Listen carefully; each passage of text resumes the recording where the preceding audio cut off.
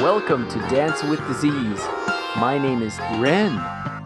In 2016, my index finger started wiggling, which is great if you're training a dog, but I don't have a canine companion. And then the word Parkinsons came into my life.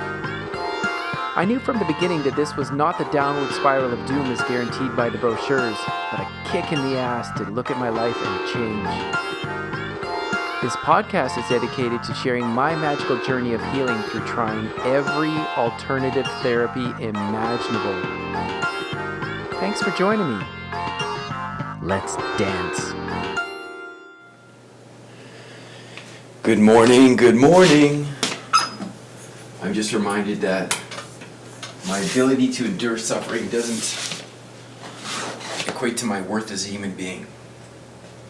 This journey is just a constant recommitment to recovery. It's just back and forth.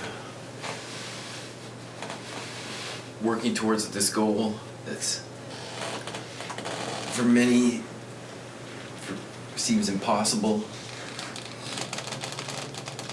And then taking that information of negativity or letting it bounce off. And then recommitting to the process of relaxing the mind. And then starting again. Recommitment. That was a powerful word that came in yesterday. Recommitment to the goal. And yeah. I'm up for it. Just gotta keep reminding you, it's just keeping these positive messages coming in of people that have done the impossible. Because the impossible happens all the time. Just because you can't reproduce it in a lab doesn't mean it's not possible. But it does mean, it does mean it's difficult. Because if it was considered impossible in the mainstream mindset, it would be done all the time. People, including myself, always look for someone else to do the work. No one else can do the work. I gotta do it myself. So let the work begin.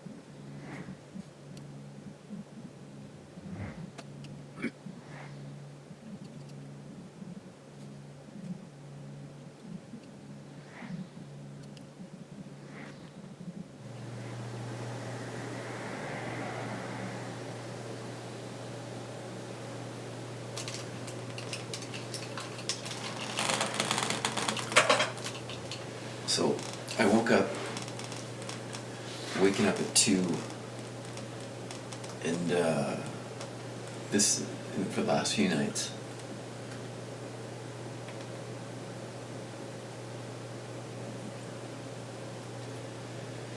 And waking up in the middle of the night is difficult because it takes a while for me. Well, sometimes it takes a while for me to get back to sleep. And I woke up with the Tina Turner song, "I Don't Want to Fight Anymore," and the chorus is, "I don't care who's wrong or right, I don't really want to fight no more. It's time for letting go." Time for letting go. Letting go of this condition, letting go of my fighting of it. This situation is what it is. And I'm doing my best, and I get better every day in terms of my mindset. Symptoms come and go. And what is this experience about? Is this experience about perfection in terms of the life experience? Is it about growth? Is it about comfort? Is it about acceptance? I think it's about all those things. And more, of course. Because I've never been perfect. I don't believe perfection is, well, I don't know if perfection is possible in terms of the perfect life, because, yeah, I mean, I can't, comparison is certainly not appropriate. But just letting go of this. Because when I let go, I can get some peace. And then if I just let go, you have that moment of peace. And sometimes that moment of peace is enough. And I think that's a universal challenge we all have. Certainly that I'm in a position where it's a little more extreme. But that moment of peace is enough where I'm just not fighting life. And in some ways I don't feel like I'm fighting life. I'm going to work on gratitude today. I have so much to be grateful for. Like, so much to be grateful for. And yes, I have this profound transformational experience, but it's brought so much good. I guess I sound like a broken record, but in telling you, I'm also reminding myself that lots of good things have happened because of this tremor and this shaking down to the root of who I am. Not the physical expression, but rather the more important soul core of my soul. And I have so much to be grateful for. I'm grateful to Cal and Brian at Pedigo. They're so generous and compassionate with me. And I'm grateful to Pedigo for building good bikes. So yesterday I took it easy, and I went to just shoot a basketball around. And I'm listening to an audiobook while I'm shooting around. And one of the reasons why I think I'm not sleeping that great in the last few days, or not, I'm sleeping great, but I'm just not having an awesome sleep, is that I've been wired from being plugged in quite a bit. When Farah's not around, I listen to audiobooks all the time. Don't tell her. Shh. Anyway, and this probably 8 or 10-year-old boy comes up and asks if he could play. Initially, I was like, I looked him up and down, and I was like, sure. And then and it wasn't about him. It was about me feeling self-conscious about this experience, this very externally present experience. And then I played with him, and I realized even when kids come into the shop, I can interact with them. And if they ask the awkward question, "Daddy, why is he shaking?"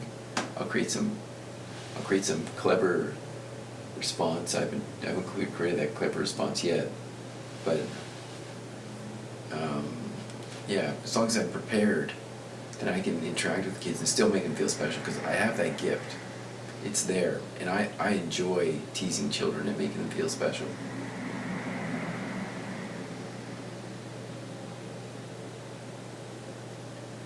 And it's a gift I have. It's a gift that uplifts people, and it's one I can continue to share and dig out dust it off and bring it back, because it's something that, yeah, is uplifting.